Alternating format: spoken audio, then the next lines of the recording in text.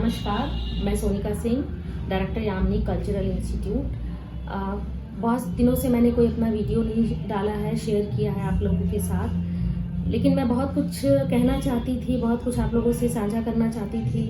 But बीच में lockdown, फिर corona की फर्स्ट वेव, फिर कोरोना की सेकेंड वेव, और अब जो इस समय आसार बन रहे हैं थर्ड वेव के बन रहे हैं। तो इसमें जो है सबसे बड़े दुख की बात है कि हमने अपनों के बहुत सारे लोगों को खोया है।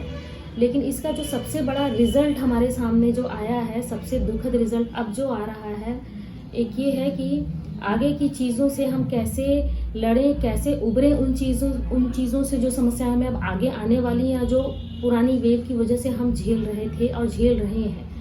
जैसे कि बहुत सारे बिजनेस बंद हो गए, बहुत सारी दुकानें बंद हो गई, बहुत सारे लोग, लड़के लड़कियां, महिला पुरुष, जिनकी नौकरियां चली गई, बहुत नुकसान हुआ है सबका। लेकिन इन चीज़ों से कैसे उभरे हम? पहले तो इन चीज़ों से उभरने के लिए हमें सबसे पहले एक मानसिक जो है, इसको अपने मानसिक रूप से अपने आप को मजबूत करने की ज़रूरत है कि हमको पता है कि ये चीज़ें हमारे ऊपर पड़ने वाली हैं, आगे और बुरी पड़ सकती हैं। हम अपना मन मजबूत करें, उसे लड़ने की अंदर अपनी शक्ति पैदा करें और लोगों को उत्साहित करें कि हमें इन चीज़ों से लड़ना है और जीत करके आगे निकलना है। हम सभी लोगों ने एक गाना सुना होगा, बचपन में मैं अक्सर सुना करती थी। जब मैं प्रोफेशनल क्वालिफिकेशन के लिए बाहर गई तो मेरा मन नहीं लगता था वहाँ पे। तो मैं जब अपने कॉलेज जाती थी, मेरा मन नहीं लगता था, फील होता था कि बहुत सी कमियां हैं मेरे अंदर, मैं उस पर काम कर रही होती थी, मेहनत कर रही होती थी। तो मैं एक सॉन्ग हमेशा गुनगुनाती रहती थी मन में, हम सब लोग जानते हैं उसे, वी शैल ओवरकम, हम होंगे कामयाब। तो इस चीज़ से लड़ने के लिए हमें सबसे पहले ये करना है कि हमारे अपने अंदर एक शक्ति पैदा करनी है, मानसिक रूप से अपने आप को मजबूत करना है कि हम कामयाब होंगे, हम इस समस्या से उभरेंगे। आगे भी आने वाली ये समस्या हमें पता है, आभास हो चुका है इस चीज़ का। तो हम इस समस्या से उभरेंगे, लड़ेंगे और आगे बढ़ेंगे।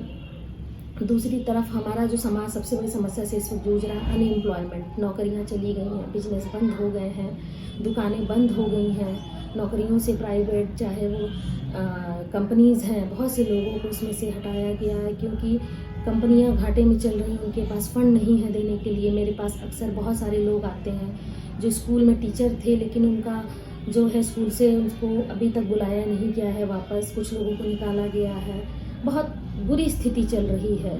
तो मेरा ये कहना है कि हम कह तो सकते हैं कि बुरी स्थिति, पर उसका रास्ता क्या है उस चीज़ का, कि उस चीज़ से हम उभरें। तो उसका रास्ता मेरे हिसाब से, सबकी अलग अलग परिस्थितियाँ होती हैं, अलग अलग तरीके की समस्याएं होती हैं, लेकिन इसका रास्ता तो हमें निकालना है। समस्या कहने और समस्या झेलना तो है ही, लेकिन उसी समस्याओं के बीच से हमें एक राह बना करके हमें आगे निकलना है।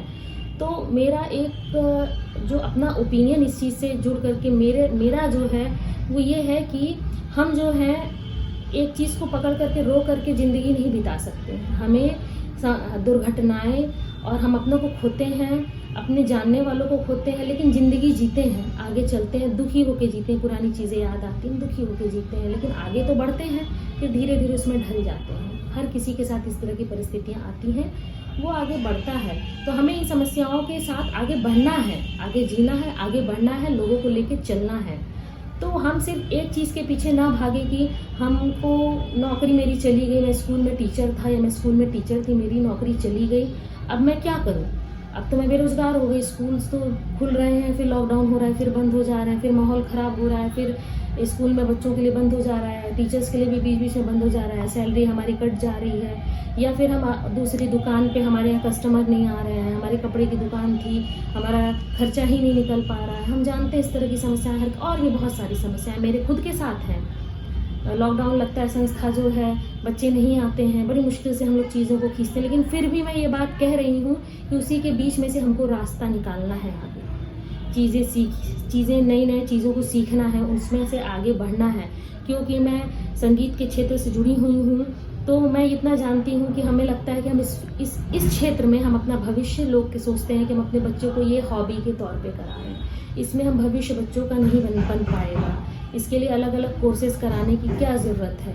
लेकिन मुझे ऐसा लगता है कि आप राह थोड़ा सा बदल करके, डाइवर्ट होकर के अगर आगे चलेंगे कि सिर्फ गवर्नमेंट जॉब की प्रिपरेशन करने से जॉब्स की कमी है, सभी को पता है। हम पॉपुलेशन हम बहुत ज़्यादा हैं, तो जॉब्स की कमी है। तो मेरा ये कहना है कि आप अपने आपको मल्टी टैलेंटेड बनाइए। मैं ये नहीं कह रही कि पढ़ाई छोड़िए, बट और चीज़ों से जुड़िए जिसमें और स्कोप है, जिसमें चीज़ें हम आगे बढ़ रहे हैं।